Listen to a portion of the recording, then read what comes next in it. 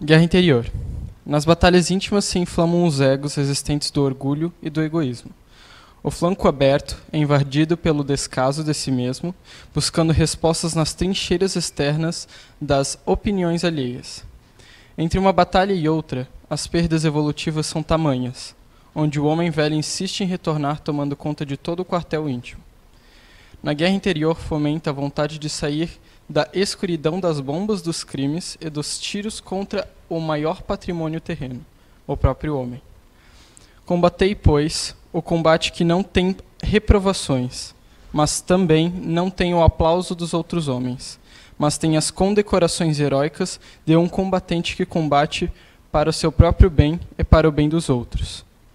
Antes de aderir a qualquer causa, examina se a mesma vai fazer todo o bem para si e principalmente para os outros. Combate usando as armas da paz, da tolerância e principalmente do perdão e do amor. Hans, médico que atuou na Segunda Guerra Mundial, psicografia recebida pelo médium Zé Araújo em 30 de julho na reunião mediúnica da CEU, Recanto Saber. Obrigada, Letícia, Douglas. Boa tarde a todos. Autoobsessão. Para nós entendermos sobre a autoobsessão, nós vamos primeiro falar sobre a obsessão. No livro dos Médiuns, capítulo 23, Kardec diz que a obsessão é o domínio que os espíritos inferiores exercem sobre determinadas pessoas. Ou seja, o que normalmente nós falamos ou ouvimos, né? Espíritos que não são bons ficam do nosso lado nos incomodando. Ou a obsessão é o resultado do intercâmbio psíquico, emocional ou físico entre dois seres com sentimentos em desequilíbrio, amor possessivo ou ódio alimentado pelo desejo de vingança. Manuel Filomeno de Miranda. Aqui nós vemos essa questão. Um irmãozinho que está próximo de mim, um obsessor que está próximo de mim. Mas por que ele está próximo de mim? Porque ele não está em equilíbrio. Mas se ele está próximo de mim, automaticamente eu também não estou em equilíbrio. Porque se eu estivesse em equilíbrio, estariam quem próximos de mim? Meu anjo guardião, amigos benfeitores. E não somente, como muitas vezes nós culpamos, os obsessores. Existem as formas de obsessão, que é o encarnado para o encarnado. Ou seja, eu estou aqui encarnada, mas não necessariamente tem que ser um espírito desencarnado para mim estar próximo de mim, para mim obsediar. Pode ser um encarnado mesmo. Uma pessoa que eu cismo com ela, por exemplo, ou que eu sufoco, eu estou obsediando esta pessoa. Ou seja, o que nós achamos que o obsessor faz conosco, nós também, encarnados para encarnados, podemos fazer. O desencarnado para o desencarnado, a mesma situação. O encarnado para o desencarnado, quando nós, encarnados, não deixamos um ente querido, por exemplo, que morreu, que faleceu, muitas vezes seguir o curso dele, ser amparado, ficar num pronto-socorro. Muitas vezes o nosso desespero, a nossa angústia, nesse caso, o nosso egoísmo, não deixa com que esse ente querido ele possa ser ajudado no mundo espiritual. E o que normalmente nós ouvimos, que é o desencarnado para o encarnado. Existe a obsessão recíproca e a auto-obsessão. Como Kardec diz, o homem não raramente é o obsessor de si mesmo. Ou seja, nós nunca paramos para pensar que não precisamos de outras pessoas nos obsediando. Muitas vezes nós mesmos fazemos isso. No Livro dos Espíritos, tem a pergunta: quando obstáculos parecem se opor fatalmente aos nossos projetos, isso pode ser pela influência de algum espírito? Algumas vezes é devido à influência dos espíritos, mas na maioria das vezes são os próprios homens que erram na elaboração e na execução de seus projetos. Quando acontece algo de errado, nós normalmente culpamos, um espírito. Mas a gente nunca para pensar, será que esse erro realmente foi meu? Eu falhei? O que eu fiz? O que aconteceu de errado? Eu paro para refletir sobre realmente o que está acontecendo, por que esse projeto não foi adiante? A posição e o caráter da pessoa influenciam muito nesses casos. Se alguém insiste em seguir um caminho que não é o seu, os espíritos nada têm a ver com isso. O homem é o seu próprio mau espírito. Ou seja, numa situação dessa, muitas vezes eu acabo me boicotando, eu acabo atraindo energias para próximas de mim. Não necessariamente um obsessor está próximo de mim. A obsessão, ela é como se fosse uma porta. Nós estamos na nossa casa, nós entramos e saímos, mas nós entramos, fechamos a porta e trancamos, certo? Um obsessor, ele não consegue entrar se você não abrir essa porta. Sua casa mental. O obsessor só vai estar próximo de você, ali com você, se você abrir essa porta, se você abrir essa casa mental. Na nossa casa a gente entra e fecha. E com o obsessor, o que a gente faz? Ele vai entrar por quê? Ele foi convidado? Nós sempre achamos que não. Mas se nós pararmos realmente para refletir, principalmente na questão, muitas vezes, do nosso caráter, é por isso que às vezes ele está conosco. Existem causas da obsessão. A causa moral, kármica e a auto-obsessão. A causa moral varia segundo o caráter do espírito. Qual o nosso caráter? O que nós fazemos no nosso dia a dia? O que eu penso? O que eu faço? O que eu desejo ao meu próximo? De que forma que eu vou passar por um problema? De que forma que eu vou alcançar o meu objetivo? Da forma mais correta? Indo por atalhos? Quando acontece algo que eu não gosto, qual é a minha posição perante essa situação? Causa kármica. As perturbações geradas por vidas passadas. Ou seja, nós vivemos e morremos, temos várias encarnações, e durante todo esse trajeto a gente vai quitando e adquirindo novas dívidas. E muitas vezes pessoas que viveram determinadas vidas conosco acabam se tornando obsessores. Então essa é a causa kármica de outras vidas. E a auto-obsessão. Existe uma diferença da obsessão e da auto-obsessão. A obsessão provocada por influências espirituais externas é tão grave quanto a auto-obsessão, que é causada por fatores internos. Ou seja, a obsessão é um fator externo. Ele vem até mim devido à questão do meu caráter, da minha energia, mas a auto-obsessão, ela é interna, ela é dentro de mim. Não vai depender de outras pessoas, não vai depender de um obsessor, de um encarnado, enfim. Ela é totalmente interna. E a obsessão, ela vem por um caminho que ele é sutil, exatamente por essa questão da auto-obsessão.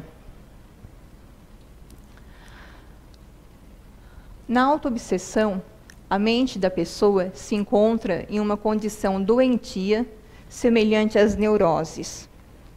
São pequenas cismas que a pessoa começa a ter com determinado lugar, com determinadas pessoas. E essas cismas, elas acabam perturbando não somente a pessoa, mas aquelas a quem estão próximas dela. É o estado em que o espírito encarnado ou desencarnado cristaliza seu psiquismo em torno de determinados fatos ou sentimentos do passado, sobre coisas ou pessoas, isolando-se do mundo externo e passando a viver unicamente em função daquelas ideias. Então, é o estado em que o espírito, encarnado ou desencarnado. A autoobsessão, ela se dá também por espíritos desencarnados. Por exemplo, um suicida. Quando ele desencarna, ele fica vivenciando o momento do desencarne dele. Isso é uma ideia cristalizada. Eu fico vivenciando o tempo todo aquele momento, aquela ideia, o que aconteceu comigo. A mesma coisa acontece conosco, encarnados. A cristalização é exatamente isso. É quando nós ficamos vivenciando o tempo todo fatos, sentimentos do passado, coisas ou pessoas. Ou seja, situações que ocorreram muitas vezes há 10, 15, 20 anos. E a pessoa ainda fica lembrando daquilo. Não lembrando de uma forma esporádica, mas volta e meia aquilo volta e ela fica pensando, pensando, pensando, desejando mal às pessoas que estavam dentro daquela situação, emitindo energias negativas, só que ela não se dá conta de que essas energias também estão ao redor dela.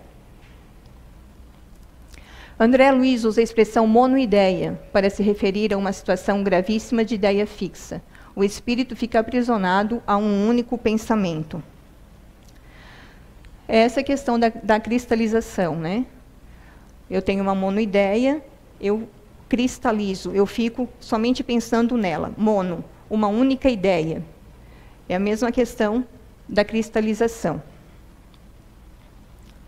Os espíritos obsessores são espíritos como nós. A única diferença entre nós e eles é que nós estamos encarnados. Ambos temos sentimentos, emoções e pensamentos, inclusive negativos.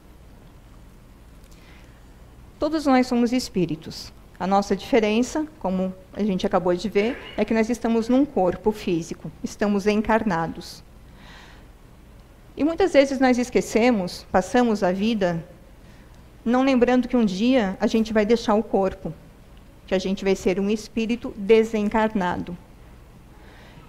E a gente também muitas vezes esquece de que quando nós morremos, nós vamos morrer da forma que nós estamos. Se eu estou cristalizado, se eu tenho uma monoideia, eu estou dentro daquela monoideia, quando eu desencarnar, eu vou continuar com ela. Se eu sou uma pessoa de bem, que eu tento fazer o bem, eu vou desencarnar, sendo uma pessoa de bem, tentando fazer o bem. Isso a gente tem que lembrar, nem que seja de vez em quando. O que eu estou fazendo aqui? Porque eu não sei o dia, a hora e quando eu vou desencarnar.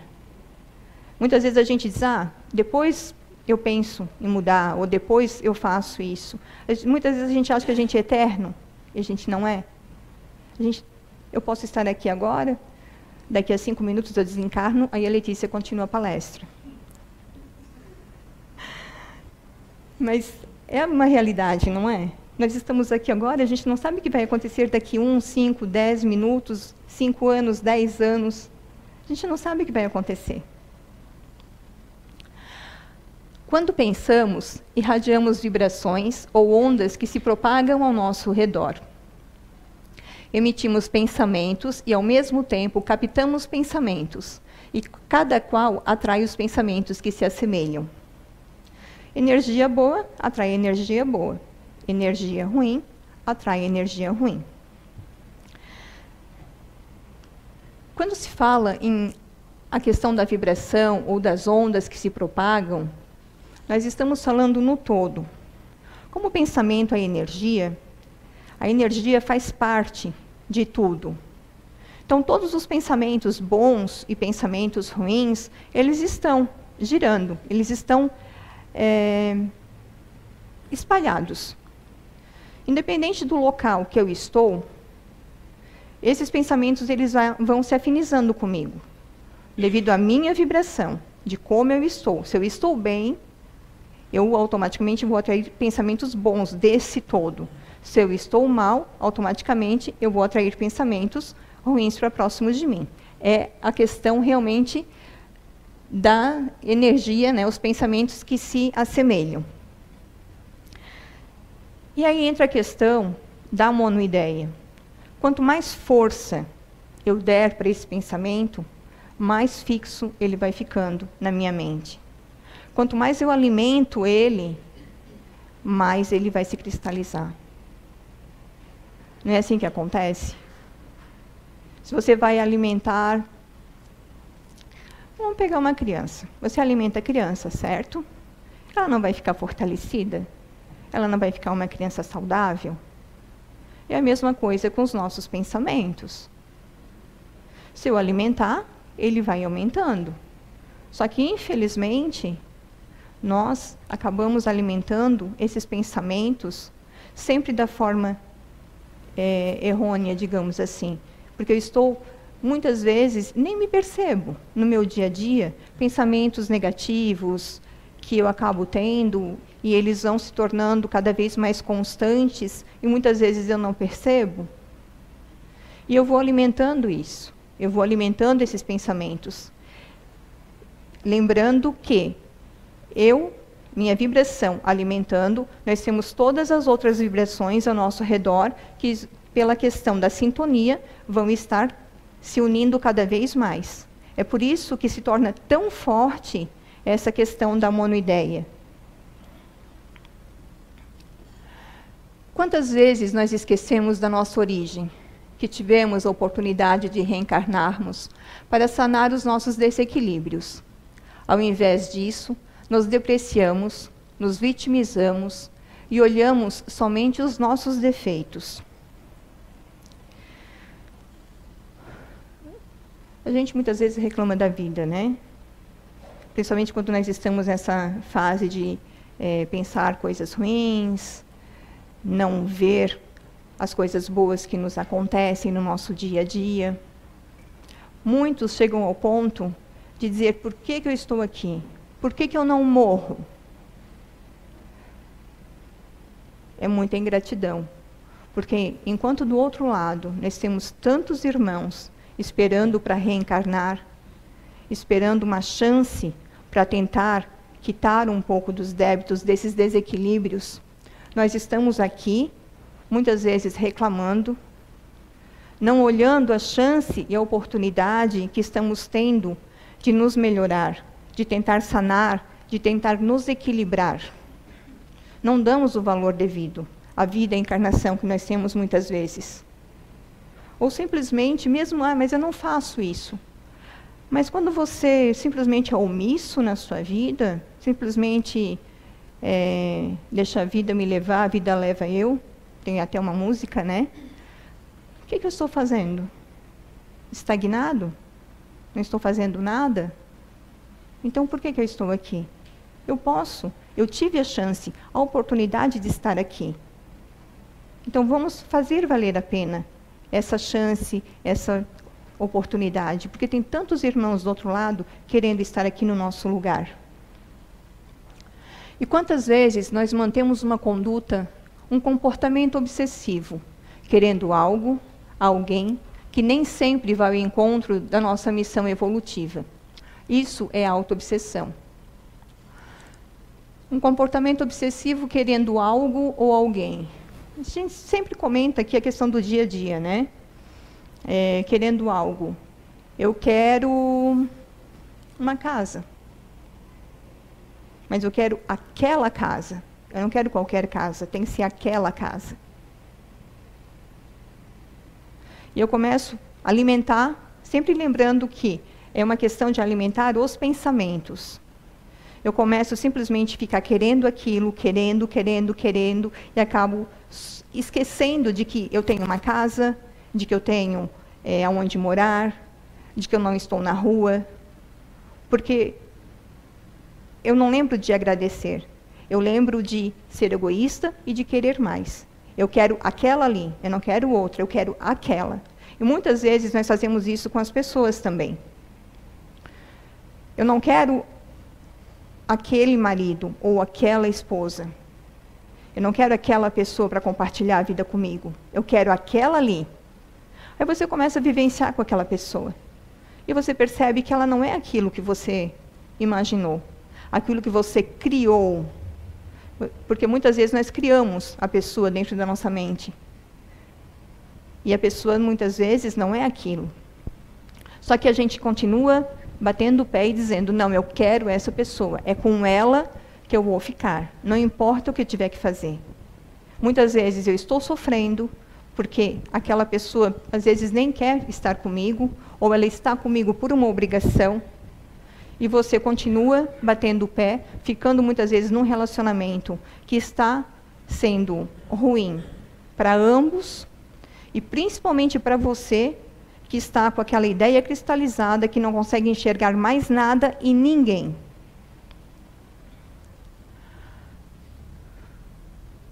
Estamos tão absortos dentro de nós mesmos, que tudo o que acontece ou as pessoas falam, sempre será para nós. Vimos e ouvimos da forma que queremos, e normalmente em estados de auto-obsessão, da forma mais equivocada. Quando a gente está, por exemplo, bravo, a gente não para pensar ou para prestar atenção realmente no que aquela pessoa está falando conosco. Muitas vezes a pessoa está contando algo ou nos questionando algo, mas a gente está tão dentro de si, tão bravo com alguma coisa, que a gente não presta atenção.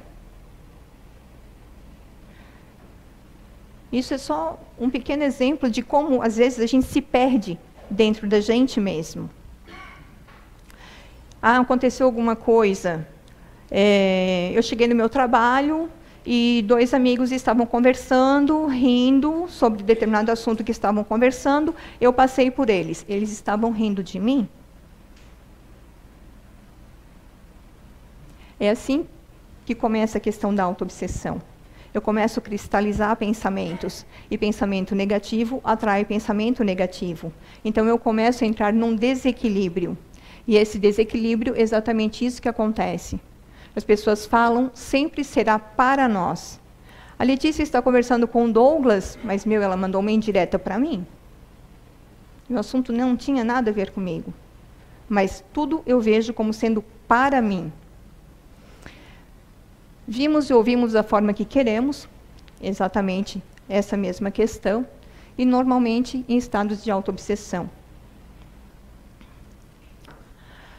Na autoobsessão, a pessoa cultiva dentro de si sentimentos, como ideias negativas, pode ser a melhor coisa que venha acontecer na minha vida. Sempre vai ter um mas, pode acontecer isso. Eu nunca vou ver da forma positiva. Eu nunca vou, nossa, que bom, aconteceu isso comigo. Ficar feliz. Não, quando eu estou entrando no processo de autoobsessão, que legal aconteceu. Mas pode acontecer que eu vou perder tudo de novo. Eu vou sempre buscar o negativo. Eu nunca vou conseguir ficar no positivo. Ver a situação num todo. Eu sempre vou buscar o lado negativo das coisas. A depressão, a tristeza, o pessimismo e o desânimo. Eu não tenho mais vontade de sorrir. Não tenho vontade de fazer nada. Eu não quero saber de nada. Se acontecer, aconteceu. Se não aconteceu, bem, ideia negativa. Não era para acontecer mesmo, eu não mereço. Pessimismo. Eu vou fazer uma prova. Nossa, mas vou fazer essa prova, eu estudei tanto, mas eu não vou conseguir fazer essa prova. Mas eu estudei, mas eu não vou conseguir fazer. E assim a gente faz muitas vezes no nosso dia a dia, não é?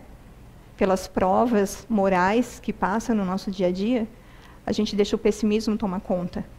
E a gente acha que eu não vou conseguir. O ciúme. O ciúme, ele é num todo. Pode ser por um filho que está namorando, mas ele é meu filho. Eu não quero aquela moça com o meu filho. Ela não é boa o suficiente para o meu filho. Ele é meu filho. Ou meu marido, ou a minha esposa, quando muitas vezes eu estou andando na rua, olhou para ela por quê? O que ela tem que eu não tenho? Mas nem estava olhando. Quantas vezes a gente está num local, ou andando na rua mesmo, e está olhando para o nada? Isso não acontece com vocês? Não é? Só que num estado doentio, numa mente doentia, não é isso que está acontecendo. O que está acontecendo é que o meu marido ou a minha esposa, andando comigo, sempre vai estar olhando para alguém. E isso acaba se tornando uma posse, uma obsessão que você tem para um encarnado. Lembra lá no início que a gente falou do encarnado para o encarnado? Ciúme é uma dessas situações. Pode ser ciúme por coisas, por objetos. Ah, mas é só um apego. Tá, tudo bem, é um apego. Mas se você tem apego, você empresta um livro. Pede para a pessoa cuidar. Mas se você tem um apego excessivo, é meu livro, eu não vou emprestar porque é meu. Eu tenho ciúmes de que aquela pessoa vai usar o meu livro, eu vou emprestar para alguém, ou ela vai rasgar, ou ela vai fazer um amassadinho de nada. Então, os ciúmes, a gente normalmente pensa, né, pessoas. Não, são por pessoas e são também por coisas, por objetos. O egoísmo. Quando eu estou em desequilíbrio, eu penso primeiro em mim, depois em mim, depois em mim, e sempre em mim. Não existe o outro para mim. Eu penso que no egoísmo nós acabamos nos perdendo. Mais do que qualquer outra situação da autoobsessão. Porque a pessoa que é egoísta, o mundo gira ao redor dela. E quando ela está em desequilíbrio, o mundo gira contra ela. Na cabeça dela, o mundo gira ao redor dela de uma forma totalmente negativa. Aí ela começa com os medos, que é o medo de confiar. Ela não confia em mais ninguém. Ela tem medo de tudo, ela tem medo das situações. Ela acaba sabotando as ideias que ela tem. E nós temos também a ociosidade. Que eu vou sentar, vou ficar sem fazer nada, não vou mais pensar de outra forma. Mas se eu já estou num processo de autoobsessão, com pensamentos negativos, e se eu ficar ali sentado sem fazer nada, eu simplesmente vou deixar esses pensamentos se cristalizarem e aumentarem cada vez mais. Nós temos também a revolta, a impaciência, a irritação e o ódio. A revolta é quando acontece alguma coisa e eu fico indignada e revoltada com aquela situação. Mas a gente não pode esquecer de que eu estou vendo o mundo como eu quero, de uma forma distorcida. Que tudo o que acontece é para mim. Então essa revolta, muitas vezes, é só coisa da minha cabeça. Eu crio essas revoltas. Eu estou criando um mundo na minha cabeça, um mundo ilusório na minha cabeça. A impaciência, briga com todo mundo, explode por qualquer situação. Irritação constante. É como se a pessoa, a pessoa não está feliz nunca com nada, com ninguém, e muito menos com ela mesma. E o ódio. O ódio que é alimentado por pessoas que ela acham que vão fazer mal para ela. Essas pessoas sendo encarnadas ou desencarnadas. Esse ódio da autoobsessão pode ser por alguém que morreu, que eu tinha um ódio aqui, essa pessoa morreu e esse ódio continua. Ele persiste.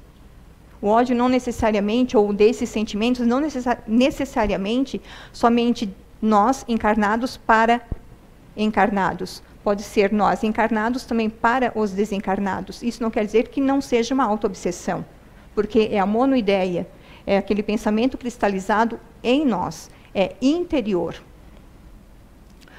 Os desregramentos sexuais, ou seja, eu vejo o outro simplesmente como um objeto, não importa se eu estou com meu parceiro ou minha parceira, ela está ali ou ele está ali simplesmente para o meu prazer. Não me importo com sentimentos, não me importo com nada.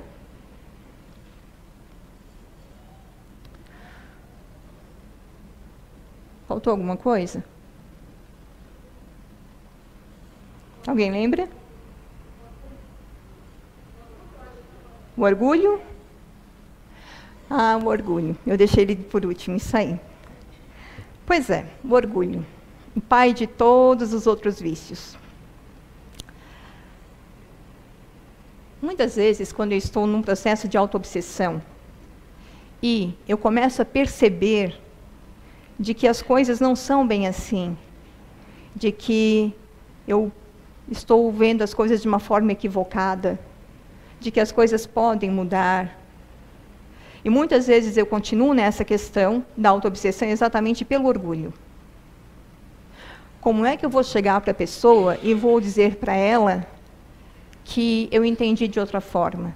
Como é que eu vou chegar para outra pessoa e dizer para ela de que eu errei? Como é que eu vou chegar para ela e pedir perdão? Não. Como é que vai ficar? E o meu orgulho? A minha imagem? Eu ter que voltar atrás? Então, o que acontece se eu deixo o orgulho dominar? Eu vou continuar num processo autoobsessivo, aonde, pedindo perdão, parando para refletir sobre as nossas atitudes, nós podemos começar a sair, a termos a consciência do que nós estamos fazendo. Mas o orgulho, a nossa imagem, muitas vezes, ela é forte demais. Muitas vezes, nós acabamos sendo infelizes exatamente por causa do nosso orgulho.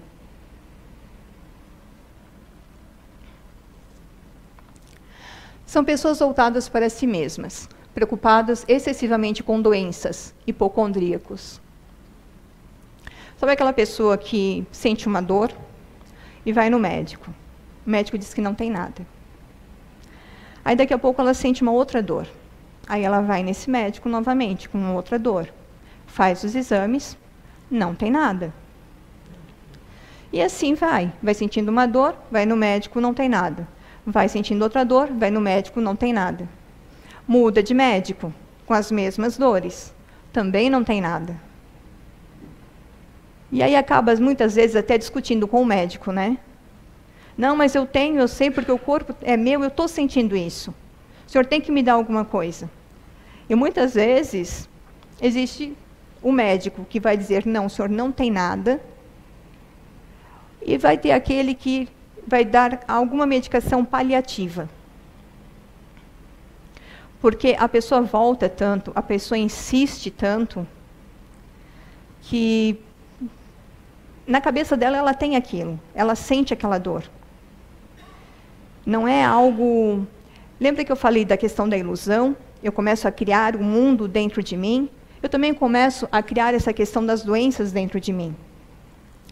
Sofrem por antecipação, preocupados excessivamente. Vamos continuar nessa questão da dor. O médico acaba me pedindo para fazer alguns exames. E aí eu vou lá e marco o meu exame, só que o meu exame é para daqui a 2 semanas. Meu Deus! De hoje para daqui a 2 semanas, eu já pensei tanta coisa. Eu já pesquisei tanta coisa. Eu já li sobre tantas doenças que podem ser, que eu já estou até pensando que eu estou com medo de fazer esse exame. Porque eu estou sofrendo com antecedência? Sofro por antecipação? Estou sofrendo por algo que eu nem sei se realmente eu tenho, mas eu estou sofrendo. E dramatizam os fatos do cotidiano. Nossa, eu escorreguei e caí e torci meu tornozelo. Mas eu torci esse meu tornozelo, mas eu posso ter rompido um tendão ali. Tu nem sabe? Eu vou te contar que hoje eu escorreguei. Estou com o meu pé todo enfaixado. E tu não sabe a dor que eu estou sentindo. E olha, eu vou ter que ir no médico, porque provavelmente aconteceu alguma coisa ali, eu devo ter estourado um tendão, ou ter pego algum nervo, ou alguma coisa. Ou seja, dramatiza tudo o que acontece na vida. E cultiva o coitadismo, sentimentos de autopiedade. Tudo que acontece com ela, ela tem pena dela mesma.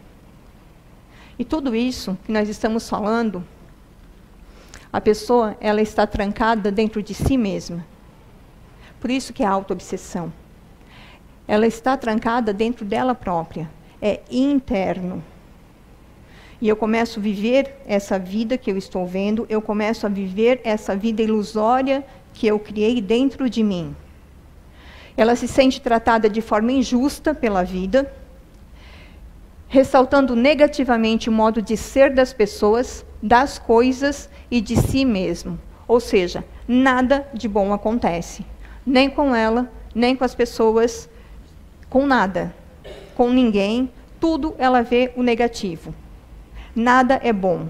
E se de repente for bom, não é bom o suficiente. E ela sempre será a vítima. Ela se vitimiza tanto que chega a um ponto em que ela começa a afastar as pessoas dela. Porque tudo que ela faz, eu fiz tanto e você não reconhece. Eu estou cuidando tanto dessa família e ninguém vê que é para o bem dessa pessoa.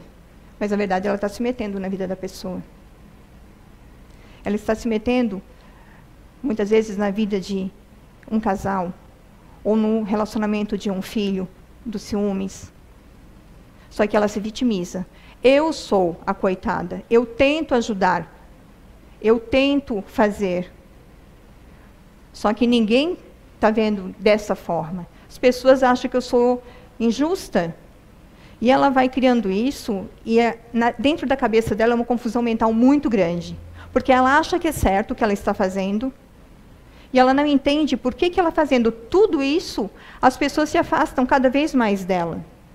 Mas aí entra também a questão energética, a questão da vitimização, da reclamação, do pessimismo.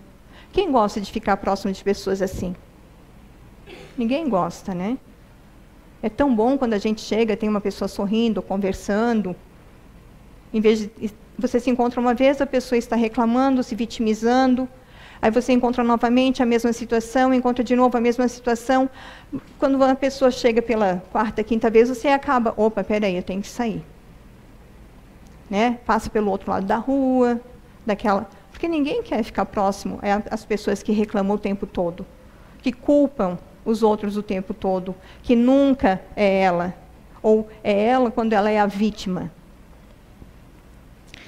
Ela perde a questão da noção, né, do real e do imaginário. E, devido a essa questão da vitimização, muitas vezes chega a questão de uma agressão verbal, se tem, no caso da raiva ou da irritação, ela vai perdendo o controle e ela chega a agredir verbalmente as pessoas. E assim ela vai ficando sozinha, né? As pessoas vão se afastando, os familiares vão se afastando, ou mesmo que estejam morando na mesma casa, estejam próximos, procuram não conversar mais. O que não deixa fazer com que a pessoa esteja sozinha também. Porque não adianta estar de corpo. Tem que estar de corpo e espírito.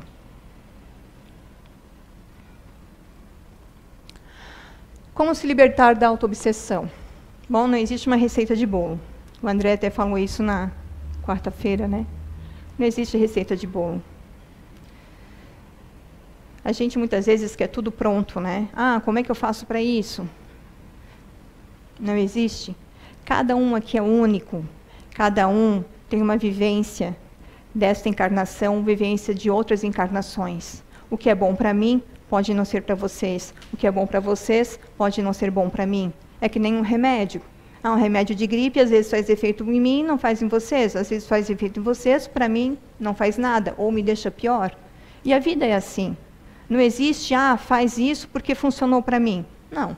Você tem que parar para observar dentro de você. Então, a reflexão sobre os nossos atos. Quando que nós paramos no nosso dia a dia, no nosso cotidiano, na nossa semana, que seja, para realmente refletir sobre os nossos atos? O que eu fiz? O que eu estou fazendo? O que eu estou alimentando? De que forma eu estou fazendo? Uma meditação sobre os nossos conflitos interiores. Essa parte muitas vezes é difícil, né? Acontece alguma coisa, a gente sente muitas vezes aquela raiva de uma situação ou de uma pessoa, e em vez da gente parar, ou nem que seja à noite, parar, refletir, acalmar, pensar de forma positiva, a gente muitas vezes alimenta esse sentimento negativo ou simplesmente deixa passar. Só que esse deixa passar, o sentimento continua ali. É que nem muitas vezes quando se fala da questão do perdão. Eu perdoo, mas não esqueço. Então você perdoou? Perdoar não quer dizer que você vai passar uma borracha, como se fosse uma amnésia, não vai mais lembrar. Não, você vai lembrar, aconteceu com você. Agora, perdoo, mas não esqueço, isso não é perdão, é da boca para fora. O auto-perdão. Quando eu começo a ter consciência dessa questão das coisas que eu estou fazendo, eu vou tendo um sentimento dentro de mim de culpa. E se eu não me perdoar pelas coisas que eu fiz, pelos pensamentos que eu tive, pelas situações que eu criei, eu não vou conseguir sair da questão da autoobsessão. Porque eu não posso dar o que eu não tenho. Eu não posso oferecer para vocês amor se eu não tenho amor dentro de mim. Eu não posso oferecer para vocês calma se eu não tenho calma dentro de mim. Eu não posso dar o que eu não tenho. Então, se eu quero sair da autoobsessão, eu quero começar a ter realmente noção das coisas, eu tenho que me auto-perdoar por aquelas situações. Se eu conseguir me auto-perdoar dessas situações, com o decorrer do tempo, eu ficando mais equilibrada, eu também vou conversar com aquelas pessoas a quem eu tenho a percepção de que eu prejudiquei. A reforma íntima, que a gente fala sempre, né? E vigilância quanto aos nossos pensamentos. Nossa. Durante o nosso dia, eu acho que a gente nunca parou para pensar quantas mil ideias passam pela nossa cabeça. Boas e ruins, pensamentos positivos, pensamentos negativos. Aí entra a questão da vigilância. Estou alimentando qual? Pensamento positivo, pensamento negativo? O que nós estamos fazendo? A gente já para? Ou parou para pensar? O que nós estamos fazendo? Alimentando qual deles? É por isso que é importante a reflexão sobre os nossos atos. Nós muitas vezes paramos no final do dia ou à noite para, sei lá, assistir TV.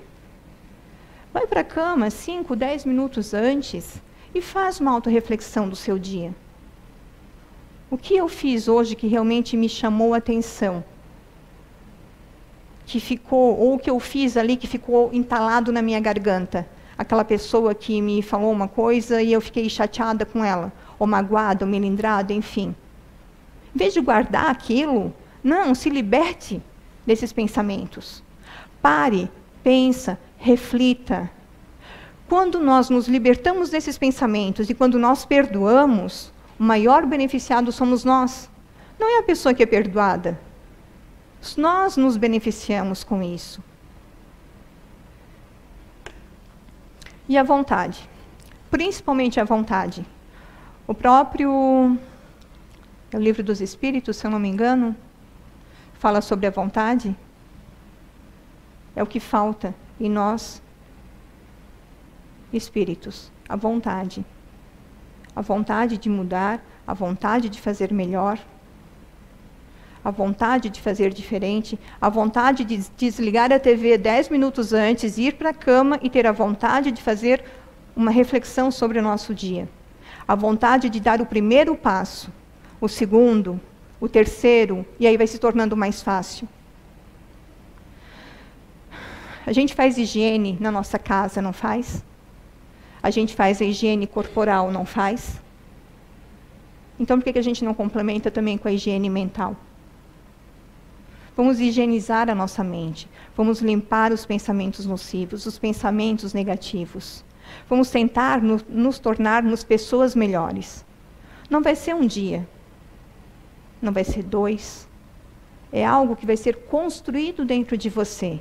Que nem uma criança que vai indo, ela vai engatinhar, aí ela vai começar caminhando meio que bambeando, aí até que ela consegue, e muitas vezes, caminhando, ela ainda vai tropeçar. Assim é a nossa vida. Assim é a nossa vontade. Tem dias que a gente vai ter vontade de parar, de fazer uma reflexão, de tentar se melhorar. Tem dias que vai bater aquele desânimo, que não vai ter vontade. Tem dias que você pensa, nossa, agora sim, agora eu estou legal. Mas acontece algo, você desanima ou acaba voltando naquela vibração. Então vamos tentar mudar a nossa vibração, sempre para o bem.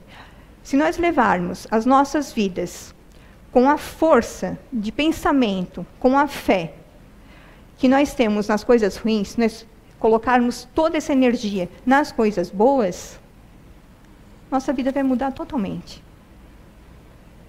Você que vai escolher para que lado você vai vibrar. Eu espero que nessa caminhada, que nessa encarnação, a gente possa sempre pensar, fazer uma reflexão e tentar vibrar cada vez mais no bem, para que a auto-obsessão não tome conta da gente aqui, que a gente possa fazer valer a pena essa encarnação. Obrigada.